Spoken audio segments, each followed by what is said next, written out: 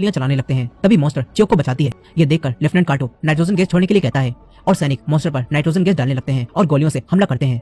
तभी मॉन्स्टर चियोक की चैन तोड़ती है और उसे दूर फेंक देती है ताकि उसकी बेटी को चोट ना लगे। चियोक मॉन्स्टर यानी कि अपनी माँ को गोली लगते देख बहुत दुखी होती है और अपनी माँ के पास जाने की कोशिश करती है, लेकिन तभी यहाँ पर तेसंग आ जाता है और उसे वहां से बचाकर ले जाता है। चियोक तेसंग को बताती है कि वो मॉन्स्टर मेरी माँ है। चियोक बहुत रोती है। वहीं दूसरी तरफ लेफ्टिनेंट काटो मॉन्स्टर को अब बेहोश करके वापस जेल में डाल देता है और फिर सैनिकों से चियोक और तेसंग को ढूंढकर उन्हें मार डालने के लिए कहता है, जिसके बाद सारे सैनिक चियोक और तेसंग को ढूंढने में लग जाते हैं। वहीं तेसंग चियोक को लेकर एक सेफ जगह पर आ जाता है और उसे खाने के लिए कुछ देता है। चियोक ने तेसंग को सब कुछ बता दिया होता है कि वो मॉन्स्टर ही मेरी माँ है और ये सब जानकर तेसंग को काफी दुख होता है। तेसंग चियोक को बताता है कि मेरी माँ ने भी मुझे बचपन में छोड़ दिया था और मुझसे ये वादा लिया था कि मैं हर हालत में जिंदा रहूं और अपने लिए जीऊं। तेसंग कहता है कि हमारा इस वक्त इस जगह से निकलना ज्यादा जरूरी है। हम कुछ दिनों बाद वापस आएंगे और फिर तुम्हारी माँ को बचाने के बारे में सोचेंगे। चियोक उसकी बातें सुनकर बहुत रोती है। ट्रक को हॉस्पिटल के पीछे एक तरफ लगा देता है, मगर एक सैनिक उसे ऐसा करते हुए देख लेता है और ऐसा करने से मना करता है। पर गप्योंग उसे बोलता है कि मैं इशिकावा सर का इंतजार कर रहा हूँ। गप्योंग उस सैनिक को अपनी बातों में फंसा लेता है और अपने साथ ड्रिंक करने के लिए दूर ले जाता है। इस तरफ चियोक और तेसंग सैनिकों के कपड़े पहनकर उसी जोसन सैनिक के साथ सब कैदियों के पास आ जाते हैं। चियोक के डैड उन पर हमला करने वाले थे, लेकिन तभी वो चियोक और तेसंग को देखकर काफी खुश होते हैं। ये सब यहाँ से निकलने वाले थे और अब तभी यहाँ पर वही सीनियर सैनिक भी आ जाता है जिसको तेसंग ने पैसे दिए थे और ये सैनिक म्योंगजा को भी अपने साथ ले आया होता है। ये तेसंग से कहता है कि मैं म्योंगजा को तुम्हारे लिए ले आया हूँ, बदले में तुम मुझे भी अपने साथ यहाँ से बाहर ले चलो। तेसंग मान जाता है। फिर तेसंग सबको बताता है कि हम सब लोगों को 10 मिनट में नीचे खड़े ट्रक पर चढ़ना होगा और अगर कोई भी 10 मिनट में नहीं चढ़ पाया तो उसे यहीं छोड़ दिया जाएगा, फिर चाहे वो कोई भी क्यों ना हो। वहीं दूसरी तरफ सारे सैनिक पूरी बिल्डिंग को लॉक कर देते हैं और हर जगह पर तेसंग और चियोक को ढूंढने लगते हैं। इस तरफ तेसंग उस वार्ड की खिड़की को खोलता है और एक रस्सी की मदद से एक एक करके सबको नीचे ट्रक में भेजने लगता है। तभी चियोक सैनिकों को देखने के लिए रूम के डोर पर खड़ी हो जाती है। तेसंग उसे भी ट्रक में जाने के लिए कहता है, पर चियोक कहती है कि तुम मेरी फिक्र मत करो, मैं अपना ध्यान खुद रख सकती हूँ। अब तभी यहाँ पर एक सैनिक इन्हें ढूंढता हुआ आता है और इन्हें देखकर अपनी गन से इन पर गोली चलाने वाला था, लेकिन तभी वही जोसन सैनिक उस पर गोली चलाता है और उसे मार देता है। मगर गोली चलाने की आवाज अब सारे सैनिकों को सुनाई देती है और सारे सैनिक उसी वार्ड की तरफ आने लगते हैं। तेसंग भी ये सब समझ जाता है और वो एक बेड और कुछ फर्नीचर की चीजों से एक दीवार बनाता है और गन लेकर उन सैनिकों को रोकने के लिए वहीं बैठ जाता है ताकि बाकी सभी लोगों को भागने का टाइम मिल सके। उसे ऐसा करते हुए देखकर चियोक भी उन सैनिकों को रोकने के लिए तैयार हो जाती है। तेसंग उसे कहता है कि तुम भी सब लोगों के साथ नीचे चले जाओ, पर चियोक उसकी बात नहीं सुनती और सैनिकों का वहां आने का इंतजार करने लगती है। तभी वही जोसन सैनिक भी उन दोनों के पास आता है और उनका साथ देने के लिए कहता है। फिर इसके बाद बहुत सारे सैनिक वहां आते हैं और दूर से इन्हें देखकर इन पर गोलियां चलाने लगते हैं। गोलियों की आवाज सुनकर इशिकावा इचिरो से पूछता है कि आखिर यहाँ पर चल क्या रहा है, जिस पर इशिरो बोलता है कि अगर तुम्हें सच जानना है कि इस जगह पर क्या चल रहा है तो तुम्हें हमारे गवर्नर से परमिशन लेनी होगी, नहीं तो एक और रास्ता भी है, तुम घर जाकर लेडी मायदा से इस सब के बारे में पूछ सकते हो। इचिरो कहता है कि मैं तो बस आपको इतना ही बता सकता हूँ कि जो भी जोसन एक बार इस जगह पर आता है तो वो कभी भी यहाँ से बाहर नहीं जा पाता। इस तरह वो सारे सैनिक जैसे ही हमला करना बंद करते हैं तो वो तीनों मिलकर सैनिकों पर हमला कर देते हैं और कई सारे सैनिकों को मार देते हैं। तभी सैनिक उन्हें हमला करते हुए देखकर पीछे हटने लगते हैं, लेकिन यहीं पर तेसंग और चियोक देखते हैं कि उनके दोस्त जोसन सैनिक को गोली लग गई है और वो मरने लगता है। चियोक को ये सब देखकर काफी दुख होता है क्योंकि चियोक ने उससे वादा किया था कि मैं तुम्हें जिंदा बाहर लेकर जाऊंगी। चियोक उससे कहती है कि हिम्मत रखो, हम बाहर निकलेंगे, लेकिन वो जोसन सैनिक एक लॉकेट चियोक को देता है और अपने घर का पता बताकर उससे कहता है कि ये लॉकेट मेरी माँ को दे देना। इसके बाद वो जोसन सैनिक यही मर जाता है। चियोक उसे मरता देखकर बहुत दुखी होती है और रोने लगती है। तेसंग उसे समझाता है कि इस सब में तुम्हारी कोई भी गलती नहीं है। तेसंग चियोक को वहां से चले जाने के लिए कहता है। चियोक तेसंग से कहती है कि क्या हमारे यहाँ से चले जाने से सब ठीक हो जाएगा, कोई भी इस तरह की मौत डिजर्व नहीं करता है, मेरी माँ भी मॉन्स्टर बनना डिजर्व नहीं करती थी। तेसंग उससे कहता है कि मैं तुम्हारी बातें समझ सकता हूँ और इसी वजह से मैं अपनी आखिरी सांसों तक इनसे लड़ता रहूंगा, चाहे कुछ भी ठीक हो या फिर ना हो। ये बात सुनकर चियोक नीचे जाने के लिए मान जाती है और नीचे जाने लगती है। वहीं दूसरी तरफ सारे सैनिक अब दोबारा से हमला करने की तैयारी करते हैं, लेकिन तभी वहां पर कुछ और सैनिक आते हैं और इन्हें बताते हैं कि डायरेक्टर इचिरो ने सभी जोसन कैदियों को जिंदा पकड़ने के लिए कहा है।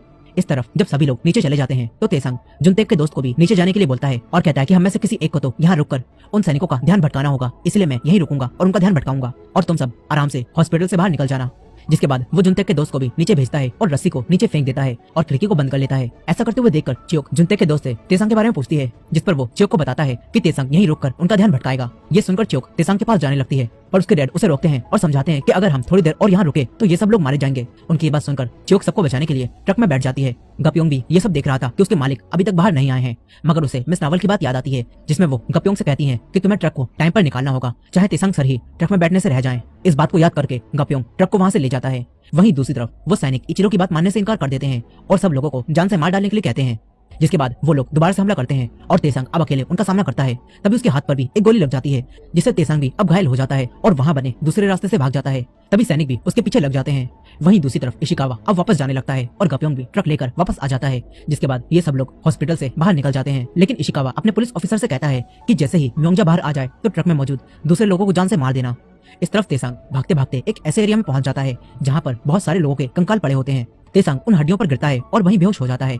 वहीं दूसरी तरफ मिस नावल अपने एक बहुत ही कीमती सामान को एक जापानी आदमी को बेचती है, जिसके बाद वो औरत मिलिट्री ऑफिसर को कॉल करती है और वो मिलिट्री ऑफिसर जुनतेक को छोड़ देता है और उसके पिता के पास पहुंचा देता है। मगर जुनतेक काफी डरा हुआ होता है। यहीं मिस नावल जुनतेक के डैड को डील पूरी होने का इशारा करती है और प्लान को आगे बढ़ाने के लिए चली जाती है। वहीं दूसरी तरफ इशिकावा एक जंगल में गपियों के ट्रक को रुकवाता है और म्योंगजा को उसके अंदर से बाहर निकलवा लेता है।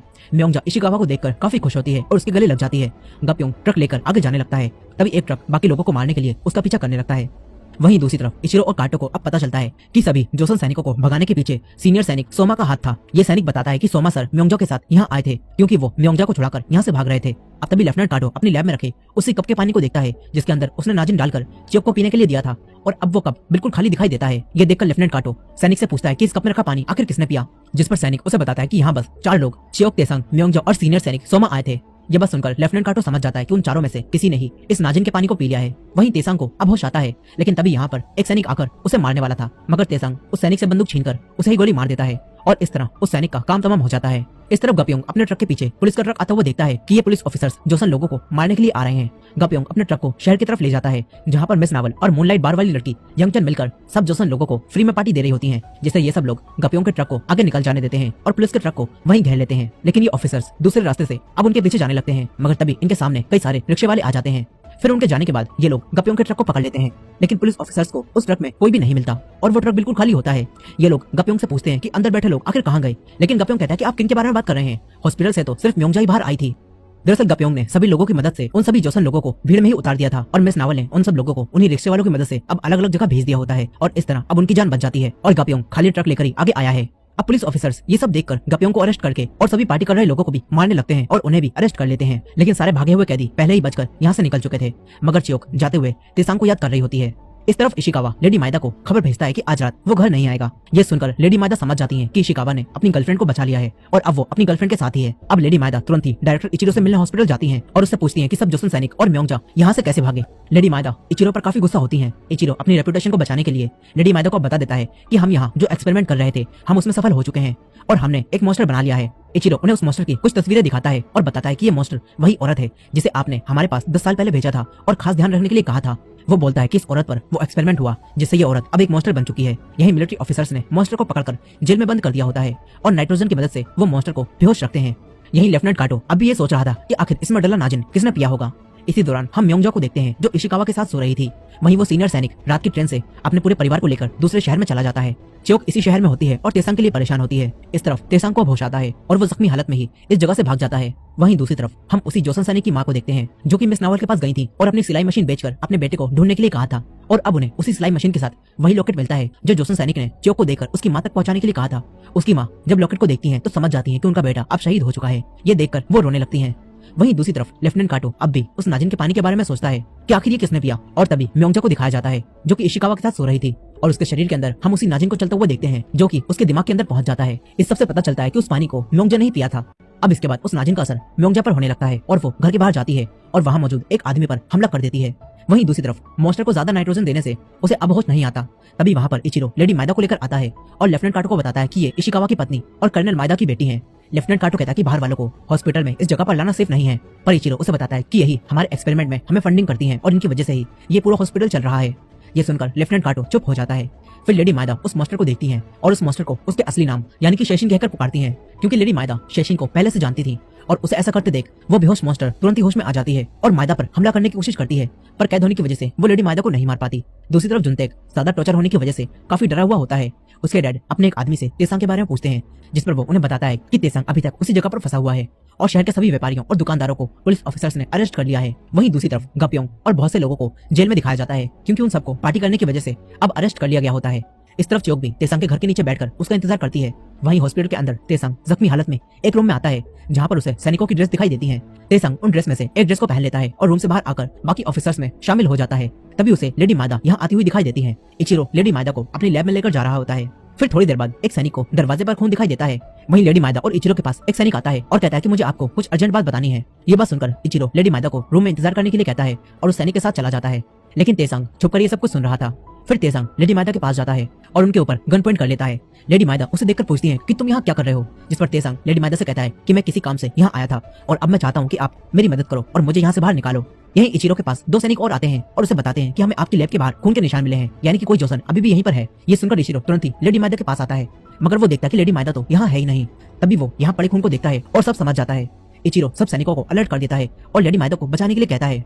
यही लेडी माइदा तेसांग के साथ बिल्डिंग से बाहर आती हैं, जहाँ तेसांग लेडी माइदा की कार में बैठकर उसके ड्राइवर पर गन पॉइंट करके उसे कार चलाने के लिए कहता है। ये देखकर वो ड्राइवर गाड़ी चलाने लगता है, मगर जख्मी होने के कारण तेसांग वहीं बेहोश हो जाता है। ड्राइवर लेडी माइदा से पूछता है कि क्या गाड़ी रोककर इसे पकड़वा दूं, लेकिन लेडी माइदा मना कर देती हैं।